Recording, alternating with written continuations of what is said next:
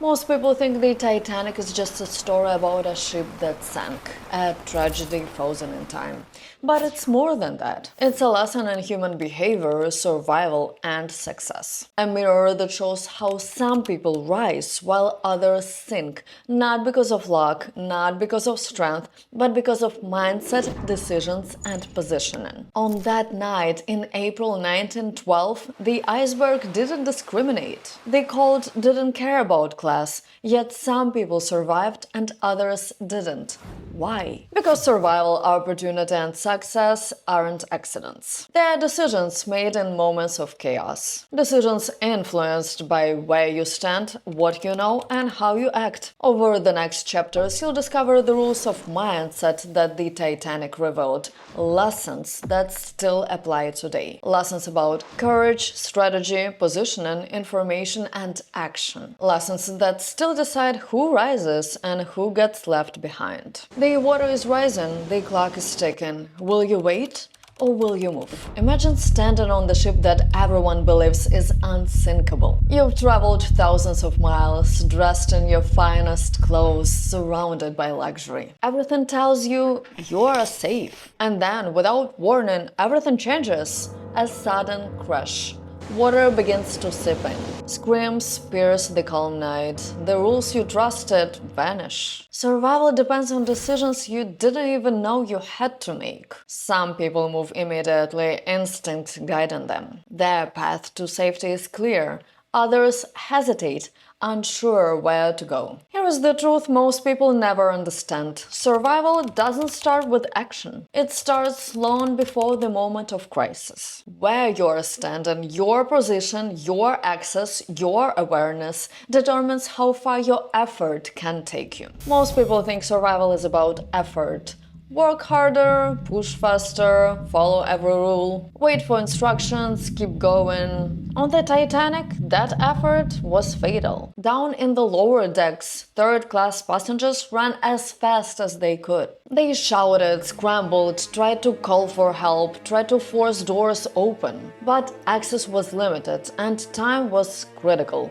Effort alone could not save them. Meanwhile, first-class passengers were already near the lifeboats, with a clear path to escape. Hard work only matters if you're in the right place to use it. In life, this is exactly the trap most people fall into. They grind tirelessly in the environments that limit their reach. They fight battles without access to the tools, networks, and opportunities they need. They push forward, but their position keeps them from turning effort into results. The Titanic proves it. Effort is meaningless without the advantage of positioning. The numbers tell the story clearly. Position and access decided who lived and who didn't. First-class passengers on the upper decks were almost within arm's reach of the lifeboats. 62% survived, nearly 2 out of 3. Third-class passengers in the lower decks, near the bow and stern, faced a far harsher reality. Only 25% survived, 1 in 4. Even within the same class, placement made a huge difference. Cabins closer to stairways or lifeboats dramatically increased the chances of survival, while being tucked away reduced them to near zero. These numbers come from official passenger manifests and British Wreck Commissioner's inquiry confirming the brutal reality. Wealth and success, not courage or effort, determined survival. The Titanic didn't just sink a ship, it exposed the raw, unforgiving impact of opportunity and positioning. Where you stand when the crisis strikes often matters more than how hard you try. The wealthy didn't survive because they were smarter, stronger, or luckier. They survived because they were already standing close to the opportunity when the crisis struck. Their environment gave them access, visibility, and choices. Every move counted, every second mattered. They didn't have to fight for every inch. They were already in the right place to act. The poor didn't fail because they lacked courage or determination. Effort could only take them so far. Here is the truth most people don't want to hear.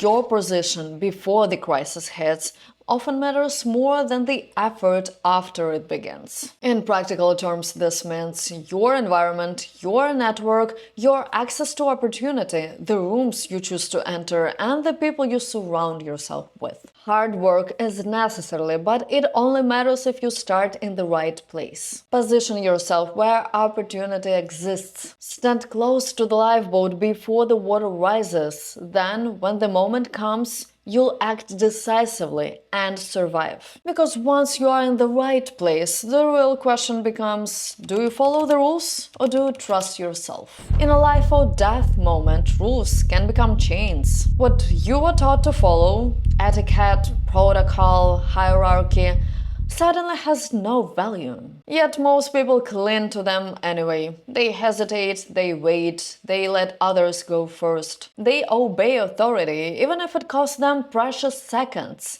Sometimes their lives. On the Titanic, this wasn't theory, it was reality. Passengers froze because they followed rules blindly, believing politeness and procedure would keep them safe. Meanwhile, those who judged the situation and acted decisively didn't wait for approval, they survived. The truth is harsh. In moments that define your future, following the crowd can be deadly.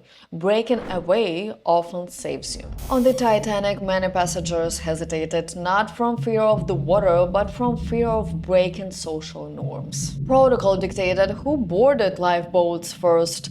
Etiquette demanded patience, politeness, and deference. For second and third class passengers, these rules created deadly delays. They waited their turn, they debated what was proper. Valuable seconds slipped away, and with each moment, survival became less likely. Meanwhile, some passengers saw the rules for what they were: guidelines, not guarantees. They judged the situation, acted decisively, and seized the opportunity to survive. The lesson is stark. In critical moments, hesitation and obedience to the crowd can be more dangerous than the crisis itself. Waiting for permission, validation, or approval can mean missing your only chance. It's the dead of the night. The Carpathia is quiet. Harold Cottam, the wireless operator, picks up a faint, desperate distress signal.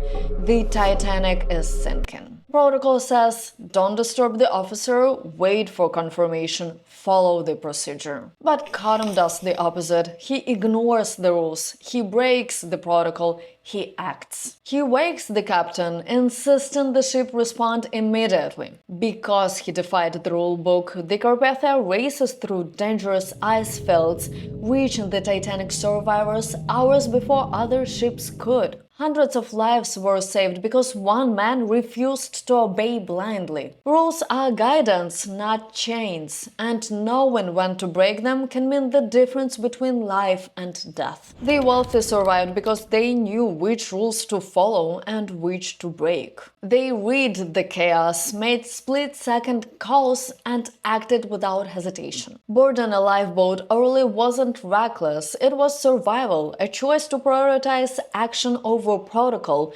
judgment over rigid obedience, and clarity over fear. The poor, in contrast, let rules dictate every move, following protocol blindly, waiting for permission, hesitating for the right moment. These habits paralyzed them when seconds counted. Their obedience was rigid, unthinking, and fatal. The difference wasn't strength, luck, or even wealth. It was strategic clarity under pressure. The wealthy treated rules as tools, not chains. They knew when to listen and when to act, when to wait and when to move, when to obey and when to decide for themselves. And that mindset made all the difference. Rules are not there to think for you. They exist to guide you, until the moment they don't. On the Titanic, the people who survived weren't reckless or selfish. They were selectively obedient, knowing which rules protected them and which only delayed them. Most people obey automatically, hesitate, and wait for permission, assuming authority or tradition will protect them. The people who rise, pause just long enough to read the situation. Then they decide for themselves. In moments that shape your future, judgment matters more than compliance. Success belongs to those who know when to listen and when to move, when to follow and when to act. But trust in your own judgment comes with a cost. The moment you stop obeying, people stop applauding. Sometimes you'll be misunderstood, criticized, or judged. Yet this is the price of choosing action over approval. On the Titanic, the choice wasn't just between life and death, it was between courage and approval. Many passengers froze, worrying about how their actions would be judged, about appearing proper or honorable. Politeness and reputation suddenly became a burden. When the stakes are highest, appearances can cost you everything. People weren't drowning for the lack of strength or intelligence. They were slowed by the need to look heroic or proper. Every second lost was deadly. In life, the same trap exists. We hesitate, overthink, and worry about how others see our choices. On the Titanic, hesitation killed. It was worrying about how you'd be seen. Passengers paused. They measured every move. They waited to act properly, to look brave, to be admired. Every second spent posing edged them closer to death. Men stayed behind to appear gallant. Women waited to be led. Groups stalled, frozen by judgment. Lifeboats launched with empty seats, slipping away while the cautious perished. Courage and strength meant nothing when image outweighed action. We delay to impress, overthink to be admired, and hesitate for approval. While we do, opportunities vanish. Results don't care what you look like, they only care that you move, act, and succeed. Bruce Ismay, chairman of the White Star Line, survived the Titanic by boarding the lifeboat, while many others stayed behind. His decision saved his life, but it sparked decades of criticism. Newspapers labeled him a coward, and society questioned his honor. He acted decisively, yet was judged harshly for prioritizing survival over perception. Around him, other passengers hesitated, delaying action because they wanted to appear selfless or admirable. Many paid the ultimate price. The choice was simple: act first or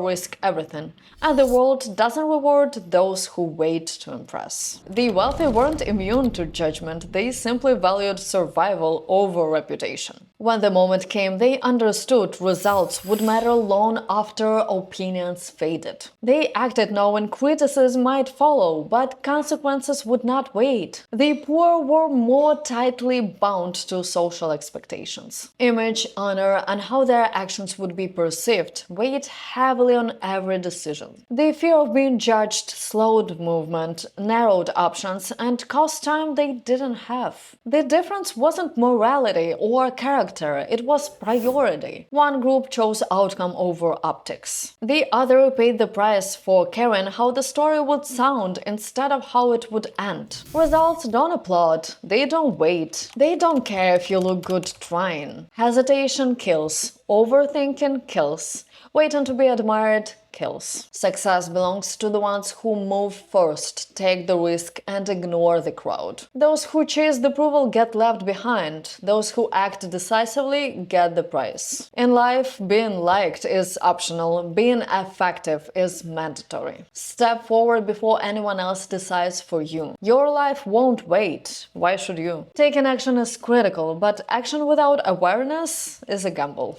Moving first can win the moment, but the people who dominate long-term know the terrain, understand the risks, and spot the opportunity before it arrives. Courage gets you started, knowledge makes you unstoppable. On the Titanic, who knew what and when determined life or death. First-class passengers received early, clear information. The ship was sinking, the urgency was real, and the lifeboats were their path to survival. They not only had access to the facts, they understood the severity and acted immediately. Third-class passengers, trapped in their lower decks and blocked by gates and corridors, get delayed, incomplete, or confusing warnings. Knowing too little or knowing without understanding cost lives. Every second lost reduced their chances. Knowledge alone isn't enough. Comprehension transforms it into power. The right information gives clarity, focus, and the ability to act decisively. Without it, even bold moves can fail. Decisions made blindly are guesses. Decisions made with insights are strategies. Information gives you vision, understanding gives you direction. It turns risk into opportunity and hesitation into decisive action. Most people act without truly grasping the situation. They move, struggle, and risk everything, but without proper understanding, effort can be wasted. Blind action is a wasted energy. Incomplete insight can be fatal. On the Titanic, those without timely, accurate information were left confused, misdirected, and trapped,